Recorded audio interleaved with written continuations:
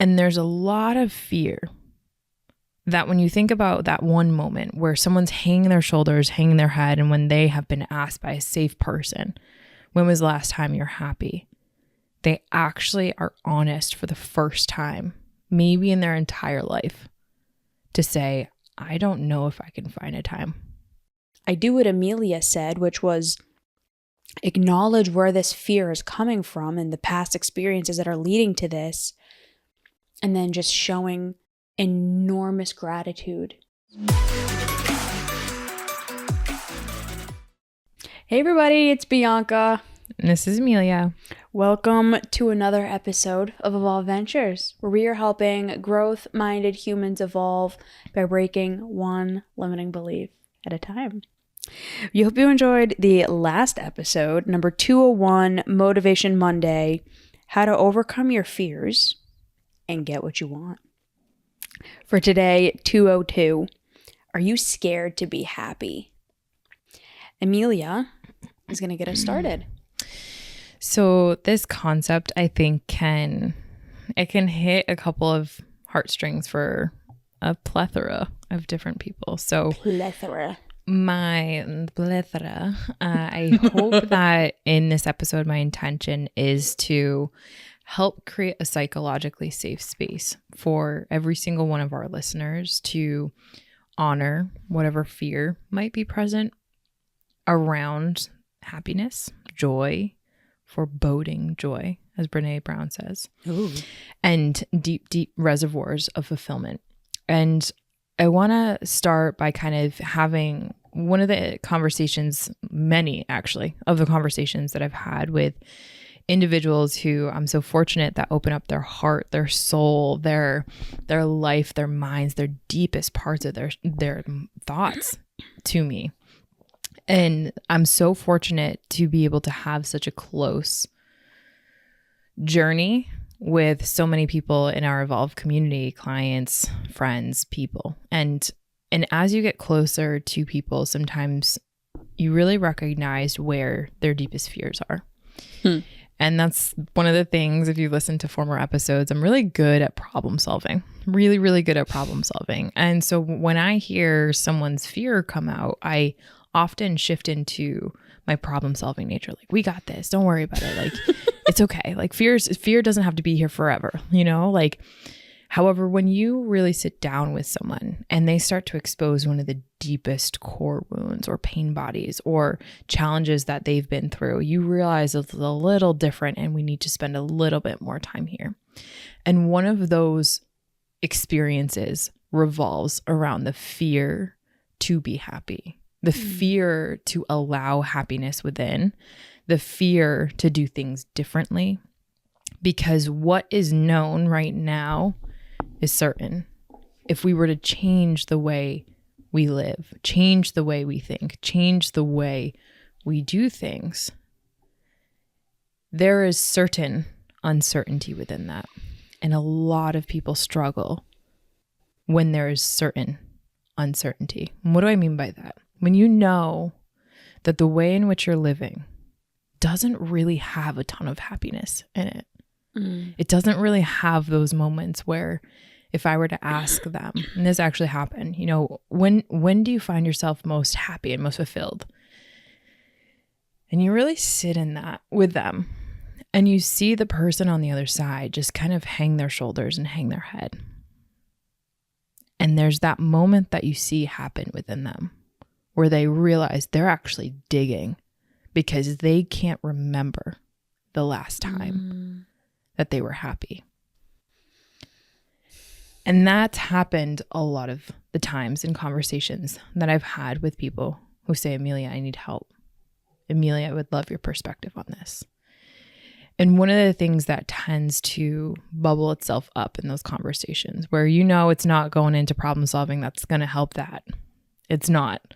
It is sitting in the massive pain and discomfort that having to dig through years of not having one moment of joy bubble up, or even worse, having someone on the other end say, well, I love to do XYZ. That was fun. It's like, I didn't talk about that we weren't talking about that. That wasn't fun. Were you happy? Oh no. And then they like have these things. Oh, well, this was really cool. It's like, well, did cool bring you happiness? And then you start to hear the stories of the parts of them that start to come out because they're so sad inside that justify this one moment and try so hard to make it seem as though that was a happy time in their life. When you actually ask them, were you really happy? Again, the shoulders hang, the head kind of goes down, and you see them just want to burst crying. So, because I've seen so much of this, and I'm honored to do that, I want to share with our listeners some of the things that not only have I learned, but like I said, create a psychologically safe place to know that if that's ever you, or when that is, not if, but when, because we have those moments in our life, that number one, you're not alone. And there's a lot of fear that when you think about that one moment where someone's hanging their shoulders, hanging their head, and when they have been asked by a safe person, when was the last time you're happy? They actually are honest for the first time, maybe in their entire life, to say, I don't know if I can find a time in the last week, in the last month, in the last 3 years that was happy. You are not alone. I think there's another part of this too, where when people do have the things that they want. So I'll use myself as an example. For the longest time, I said, I want a happy, loving, fulfilling relationship that lights me up. Mm-hmm. I have that now. I'm so thankful for it. And I'm terrified every single day. Mm-hmm. There's that part of me that's like, don't get too comfortable. Don't get too excited. Don't let yourself, really fully believe yet that this is gonna last, because what if it doesn't? What if this happens? What if that happens? What if this happens? What if that happens? And I think that's a really big thing that disables and disempowers people from being happy. It's, I'm so terrified of losing all of these amazing things that I have. So I'm not gonna let myself appreciate it or enjoy it or really accept it. Because if I really let myself sink into this and believe that, wow, I do have this thing, and let myself feel the happiness and the love and joy of that, I will be destroyed if I lose it. So it's better to live disappointed and to be skeptical than it is to actually let yourself really just feel it and feel that happiness. When you're on a journey of self-discovery or self-rediscovery, it's very important to have a support system in place. And that's where a group like Evolve comes in, with their acceptance and advice and different people from different walks of life who can offer different perspectives for you to help you find your self-worth and aid in your journey of wellness. It's important and essential. And that's where, to your point, B, I believe we are emotionally numb. There's so many of us out there that are emotionally so disconnected from ourselves in those moments where we could be experiencing happiness and joy and fulfillment because of the parts of us that come up as protective mechanisms.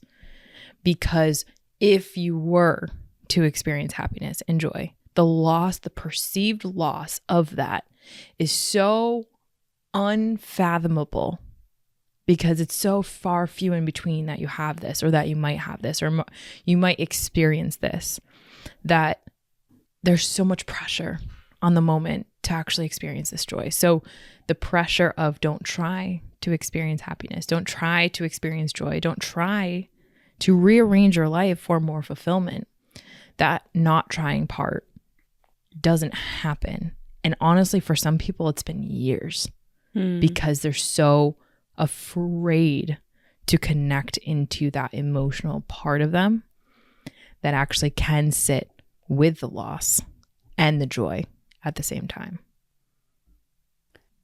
Let's start to pivot this a little bit. So what can people do when they are experiencing that? So let's just continue that narrative. Let's say that somebody does have beautiful things in their life, but they're experiencing that discomfort of like, I'm so scared to just let myself feel this. I have a suggestion. I want you to give yours first. What can people actually start to do? So you kind of just started talking about it a little bit of like sitting, acknowledging the feeling, and like embracing it. What else would you say on top of that? Yeah, I really take it from the lens of kind of ACT, acceptance and commitment. And I really try to help clients understand, number one is to be aware, because when you're aware that this pattern is happening, so like the clients that will shrug their shoulders and really search hard or try to build the narrative that they were happy when in reality, you can see it all over them. They're not. It really starts in accepting all of the years, all of the times where they weren't, so that they can acknowledge that. Because I find that clients that try to move forward into coping or problem solving, if they don't accept the past, they have a really hard time. It's kind of like an anchor that gets carried with them forward. And I do believe it's so important to kind of reprocess the past in a healthy, adaptive way prior to kind of looking at options and ways to problem solve and do things differently. You?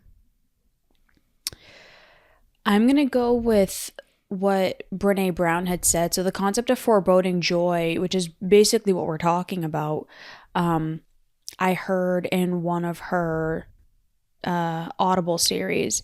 And what she had said and what the data shows is radical gratitude, like enormous amounts of gratitude. So when you're noticing that fear pop up, so the example that she gave is she remembers when her child or her children were young and when they were sleeping. And like, I'm sure any parent who's listening to this knows, like, you go into your kid's room and you see them sleeping and you're like, wow, I'm so thankful for this child. And then all of a sudden you have like this horrific image of something terrible happening to them.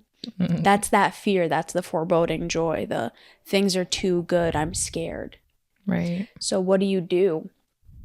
Massive gratitude. I'm so thankful for the health of my child. I'm so thankful for the moment that I'm in. I do this all the time.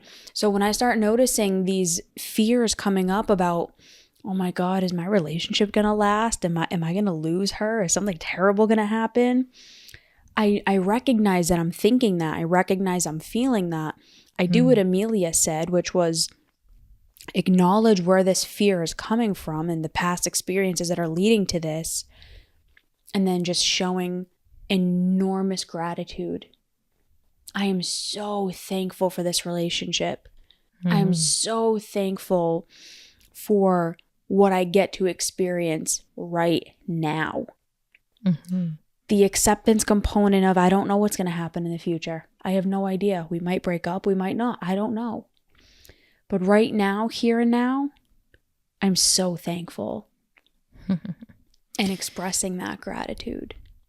Definitely. One of the concepts that I've talked to clients with is holding a duality, because that experience that you just shared, which was like, whether it's the going in, seeing your kids sleeping, and then also having like a parallel thought that's like, oh my God, what might happen to them in the future? That's anxiety because you're thinking about the future. The gratitude is in the present and now. And holding the duality of the future and the present, that is so potent for being able to work through fears and being happy. I also really want to articulate to our listeners that holding that duality, it's almost like a triality.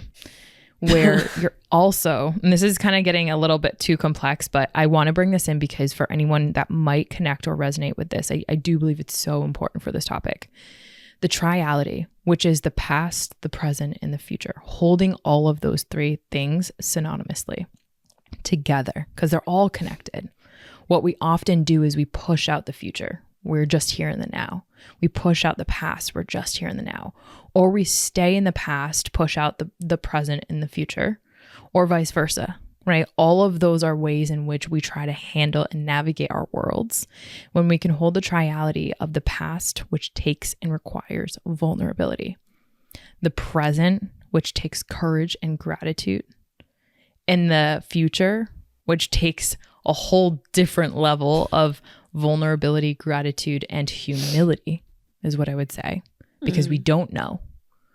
And to have the humility to be able to hold all three of those at the same time, literally what comes is like, okay, what do we do now? And it's not to where it's paralyzing, but to realize that now that I've held that triality, I don't really want the duality. How can we focus on the gratitude? Exactly. There's that acceptance of the past, acceptance of the future, surrendering to the future and being in the now. That is what I believe overcomes the fear of actually trying to be happy. Well said. Episode suggestion? Oh man, that's a deep topic. I see. All right. Episode suggestion 157, Motivation Monday. What are you paying for happiness? 171, Motivation Monday. This is why you struggle to be happy. All right, y'all. We hope you enjoyed this episode. We hope you got all the value, and we will see you next time. Bye, everybody. Bye, everyone.